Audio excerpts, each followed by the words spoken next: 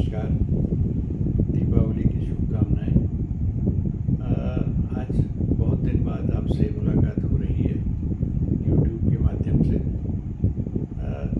कुछ ऐसे विचार आए मन में कि लगा कुछ मैं पढ़ रहा था विदेशी साहित्य से जुड़ी बातें। और देखिए, साहित्य तो कहीं का भी हो, हर जगह विद्वान होते हैं, हर जगह अनुभवी लोग होते हैं और सदियों से चीज़ें चली आ रही हैं। हर जगह का इतिहास है, हमारे हिंदुस्तान का है, विदेशों का है। तो विद्या तो कहीं से भी हो, अच्छी बातें कहीं से भी हो, हमें लेने के लिए तैयार रहना चाहिए। इसमें कोई गलत बात नहीं है। अच्छी बातें कहीं से भी आएँ, ये तो हमारी परंपरा रही है। वैदिक काल से ही हम इसके पक्षधर रहे हैं कि हितकारी और अच्छी बातों को हमें हर तरफ से आने देना चाहिए और उसके लिए सतत तैयार रहना चाहिए कि हम उन्हें ग्रहण कर सकें अपनी क्षमता, अपनी रुचि के अनुसार। एक अच्छी बात मेरे दिमाग में आई और मेरे दिमाग में आई तो वह तो ठीक है, लेकिन जो उदाहरण मैंने लिया है वह मुझे बाहर के साहित्य से मिला। तो उसकी ऑथरशिप मैं नहीं ले रहा हूँ, लेकिन आपसे शेयर करना था और कुछ बातें मैंने उसमें अपने से भी बढ़ाई है।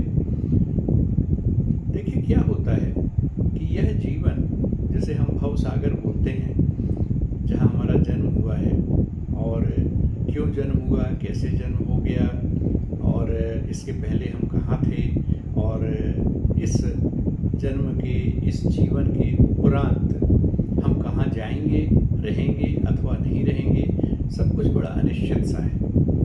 और इस जीवन में एक संग्राम है, हर व्यक्ति के जीवन में संग्राम रहता है। संग्राम कई प्रकार के होते हैं, कई फ्रंट में होते हैं। करियर को लेकर के लोगों के अंदर संघर्ष रहता है, अपने स्वास्थ्य को लेकर के, विद्यार्जन को लेकर, धनार्जन को लेकर के, अपने आप को स्थापित करने को लेकर के, यश और सम्मान के अर्जन के लिए और इसके अतिरिक्त हमारी जो भी महत्वाकांक्षाएं होती हैं उनकी प्रतिपूर्ति के लिए, इस सब के लिए हम जीते हैं। ठीक है, 4 पुरुषार्थों की बात तो अपने यहाँ की ही गई है, धर्म, अर्थ, काम, मोक्ष। अभी उस पर चर्चा नहीं करेंगे। तो यह सब अर्जित करने के दौरान एक और बात है, वह है हमारे व्यवहार की, कि हम इस संसार के साथ, समाज के साथ, अन्य लोगों के साथ, परिवार के साथ जो भी हमारा व्यवहार होता है, उस व्यवहार के दौरान अपने मित्रों के साथ, अपने शत्रुओं के साथ जो शत्रु भाव रखते हैं, हमारे तो शत्रु कोई नहीं, लेकिन अगर कोई शत्रु भाव रखता भी है, द्वेष भाव रखता भी है, तो उसके साथ हमारा कैसा व्यवहार हो, अन्य अन्य बातें हैं। यह सब हमें देखना पड़ता है। क्यों? इससे हम प्रभावित होते हैं, हमारी मानसिकता इससे प्रभावित होती है, हमारा चिंतन इससे प्रभावित होता है और कभी कभी तो हमारा स्वास्थ्य भी इससे प्रभावित हो जाता है, हमारी नींद प्रभावित हो जाती है, हमारा चैन प्रभावित हो जाता है। तो यह सब भी हमें देखना है। तो इस संसार में रहना, कुशलता पूर्वक रहना भी एक कला है। और वह जो कला है, इससे जुड़ी हुई बातें हमारे यहाँ बहुत से संतों ने की हैं। विदेश के साहित्य में हमको, विदेश के भी जो संत हैं उनके भी साहित्य में और तमाम विद्वानों के द्वारा कहे गए वचनों में, ऐतिहासिक संदर्भ में और आज भी जो उपलब्ध हैं, जिनका साहचर्य और सानिध्य आपको उपलब्ध हो सकता है, उनके माध्यम से भी आप देखेंगे कि बहुत सी ऐसी बातें होती हैं जिन्हें हम सीख सकते हैं और जिनके सहारे और जिनसे समझ कर, सीख कर हम अपने इस जीवन को, इस व्यवहार को जो हमारा अन्य के प्रति होता है और अन्य के व्यवहार के प्रति हमारा जो प्रतिक्रियात्मक व्यवहार होता है, इसे सब हम झेल सकते हैं, अच्छे से झेल सकते हैं और कुशलतापूर्वक अपने जीवन का संचालन कर सकते हैं। इसलिए इसका बड़ा महत्व है। आइए उस उदाहरण पर चलें। कल्पना कीजिए एक समुद्र की, और समुद्र में एक नाव है, लहरें चल रही हैं और एक नाव है जिसमें आप चले जा रहे हैं। अब आप उसे खेते चले जा रहे हैं और आप देखते हैं थोड़ी देर में कि सामने से एक नाव आपकी ही दिशा में सीधे सीधे आपके ही नाव की दिशा में, जिस दिशा में आप जा रहे हैं उसी दिशा में आ रही है आपके प्रति। जब आप उसे देखते हैं तो आपके मन में एक आशंका होती है कि यह नाव मेरी नाव से भिड़ सकती है, टकरा सकती है। तो जब आप देखते हैं कि नाव चली आ रही है और नाव खेने वाला, उसकी पीठ आपकी, उसकी आकृति आपको दिखाई देती है कि पीठ है आपकी तरफ और आपकी तरफ वो नाव को पतवार से खेते हुए चला रहा है। बड़ी दूर से धुंधलका है, कोहरा सा छाया हुआ है। तो इस अवस्था में आप क्या करेंगे? आप सबसे पहले चिल्ला करके उसे सतर्क करने की कोशिश करेंगे। अरे भाई, अपनी नाव हटाओ, दूर करो, दूसरी दिशा में ले जाओ। अच्छा, आपकी सुनिश्चित दिशा है क्योंकि आप किसी लक्ष्य की ओर जा रहे हैं, तो आप अपनी दिशा परिवर्तित नहीं कर पा रहे, आपको सीधे ही जाना है। और वह नाव भी बड़ी तेज़ी से चली आ रही है, लहरें भी तेज चल रही हैं। तो ऐसी अवस्था में जब आप उसकी तरफ जा रहे हैं तो सहज ही आपके मन में एक आशंका, और वह आशंका थोड़ी देर बाद डर में, भय में बदल जाती है और आपको लगता है यह तो नाव आपसे टकरा ही जाएगी। अब आप आवाज़ और तेज करते हैं। धीरे धीरे क्या होता है, धीरे धीरे आपका यह भय और आपकी यह आशंका बदल जाती है आपके गुस्से में। आप क्रुद्ध हो जाते हैं, आपके मन में आप उत्तेजित हो जाते हैं, उद्विग्न हो जाते हैं और आप तेजी से उसे चिल्ला चिल्ला करके बोलने लगते हैं, हटाओ हटाओ, जल्दी हटाओ, नाव हटाओ। जब वह नहीं सुनता और फिर भी नाव चली आ रही है तो आप उसे अपशब्दों का प्रयोग करने लगते हैं और उसे या तो मूर्ख बोलेंगे, साला बोलेंगे, बेवकूफ़ बोलेंगे, या जो भी कहना है आपके मन में जिस भी प्रकार के भाव हैं, आप उसे तमाम प्रकार के अपशब्द बोल करके, चिल्ला चिल्ला के, और आपका क्रोध बढ़ता जा रहा है, उद्विग्नता बढ़ती जा रही है, भय बढ़ता जा रहा है और आप नाव भी खेते जा रहे हैं, रुक भी नहीं रहे हैं। अब ऐसी स्थिति में जब वह आपके बहुत नज़दीक आने लगता है, अब आपका क्रोध, आपका पारा चढ़ गया, आप पसीने से लथपथ हो गए और वह सारी स्थितियाँ जो अनिश्चित हैं और जिसको हम बोलेंगे कि डिज़ायर्ड नहीं हैं, आप अनपेक्षित हैं, वे सब आपके व्यक्तित्व में, आपके व्यवहार में आ गई। उस उत्तेजना और उस क्रोध और उस आवेग के क्षण में एकाएक जब वह नाव आपके एकदम नज़दीक आ जाती है तो आप एक बात नोटिस करते हैं।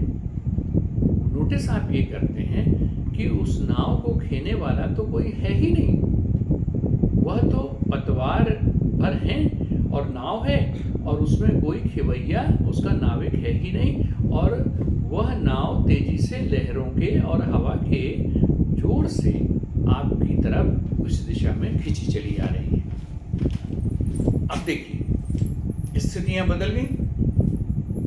नाव वही है, नाव की दिशा वही है, आपकी नाव की दिशा वही है, लेकिन इस सब के बावजूद स्थिति बदल गई।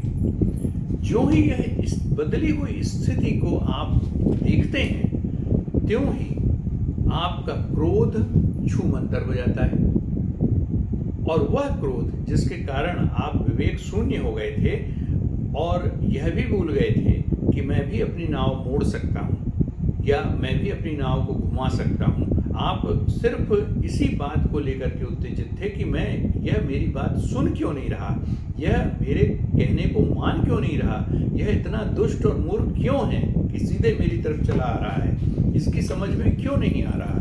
आप सिर्फ उसी प्रतिक्रिया में, उसी आवेग में जी रहे थे।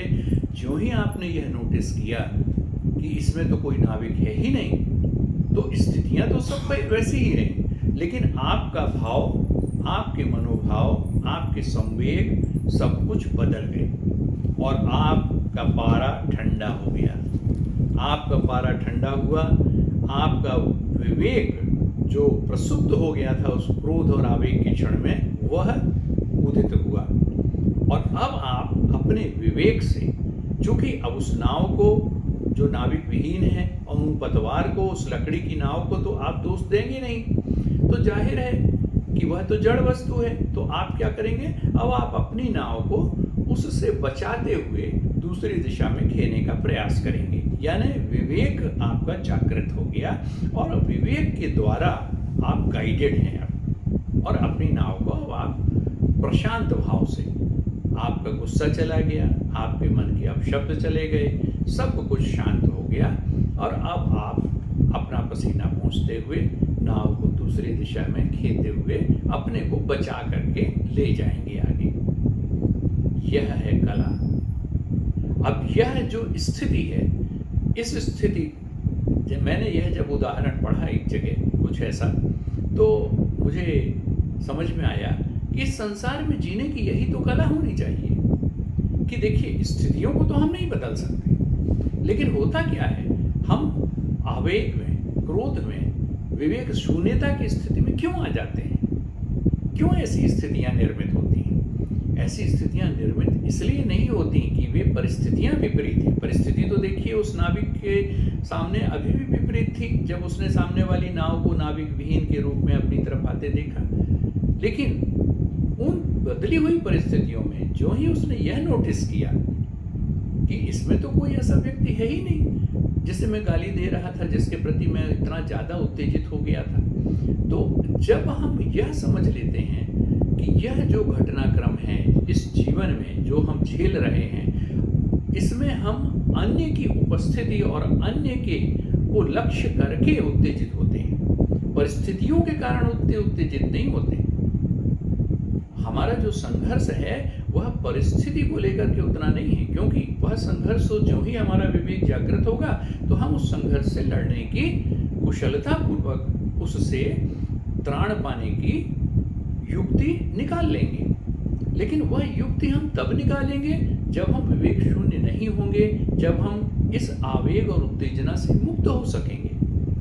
अब इस आवेग और उत्तेजना का कारण क्या है, इसे समझने की जरूरत है, और वह जो कारण है उसे अपने मानस से हम हर बार, अब ऐसा है देखिए कि यह उदाहरण तो ऐसा है कि नाविक विहीन नाव थी वो सामने वाली, लेकिन हम इस संसार में जब लोगों का व्यवहार देखते हैं तो आप जिन लोगों से व्यवहार कर रहे हैं वे तो जीवित व्यक्ति हैं, चेतन व्यक्ति हैं, लेकिन आपको ये समझने की जरूरत है कि हैं तो ये चेतन, लेकिन यह अन्य है, और यह अन्य हैं तो अब वह अन्य मेरे लिए उसी प्रकार के हैं जैसे ये भूत तत्व हैं, जैसे अन्य प्रकार की चीजें हैं, जड़ वस्तुएं हैं। इसी तरह से ये भी मान लीजिए जड़ बुद्धि ही है और उनकी बुद्धि जागृत नहीं है, वे विवेक शून्य हैं और आपसे दुर्व्यवहार करने के लिए आमादा हैं, और इसके लिए आपने समझ लिया कि यह समझाने से भी नहीं समझेंगे,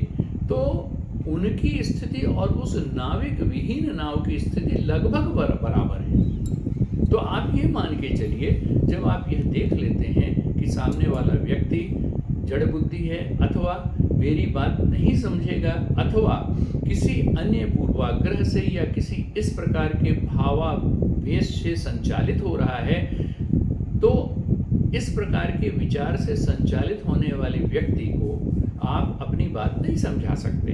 तो ऐसी स्थिति में आप ये मान लीजिए कि यह परिस्थिति है, और इस जड़ रूपी परिस्थिति जिसमें मेरा कुछ बस नहीं चलने वाला, मैं अपने को बचा करके ले जाऊं, अपने को इस व्यवहार में सुरक्षित रखते हुए, अपनी शांति को बिना भंग किए हुए, अपने चित्त को बगैर असंयत किए हुए चुपचाप निकल जाऊं इस परिस्थिति से दूर, तो यह मेरी कुशलता होगी। इसी प्रकार से हमें इस जीवन में जीने की कोशिश करनी चाहिए, अपने व्यवहार में इसे बरतने की कोशिश करनी चाहिए।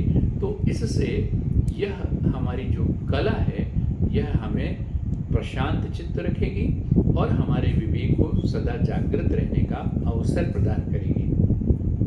यह मुझे ऐसा लगा कि यह कलाकारी हमें अपने व्यवहार में सीखना चाहिए। यह कोई चालाकी नहीं है, यह तो विवेक है आपका। अच्छा, आपको ये कहने की ज़रूरत नहीं है कि सामने वाला जड़ बुद्धि है या मूर्ख है या मेरी बात नहीं समझता या पूर्वाग्रहों से संचालित है या किसी ने चुगलखोरी कर दी उसके द्वारा प्रेरित है या तमाम प्रकार की स्थितियां आती हैं संसार में।